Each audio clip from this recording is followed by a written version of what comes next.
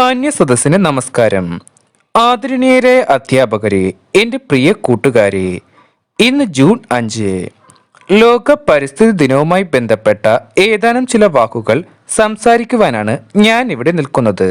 ആദ്യമേ തന്നെ ഇങ്ങനൊരു അവസരം എനിക്കൊരുക്കി തന്ന ഏവർക്കും ഞാൻ എൻ്റെ നന്ദി രേഖപ്പെടുത്തുന്നു. UN-ന്റെ ഏറ്റവും പ്രധാനപ്പെട്ട ഒരു ദിനമാണ് ലോക പരിസ്ഥിതി ദിനം.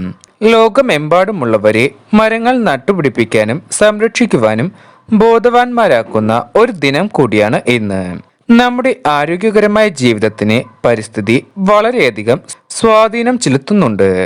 മനുഷ്യന് മാത്രമല്ല, ഒട്ടനവധി സസ്യങ്ങൾക്കും ജീവജാലങ്ങൾക്കുമെല്ലാം പ്രകൃതി തണലേകുന്നു.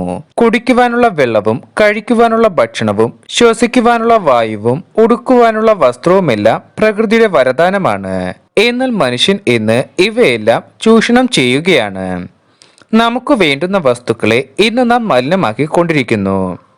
പ്രകൃതിയെ നശിപ്പിച്ച് നാം ഇന്നിവിടെ സൗധങ്ങളും മണിമാളികകളും പണിയുന്നു.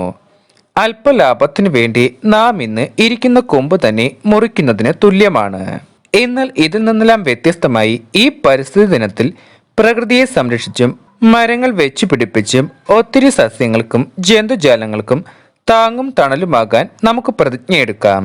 നന്ദി, നമസ്കാരം.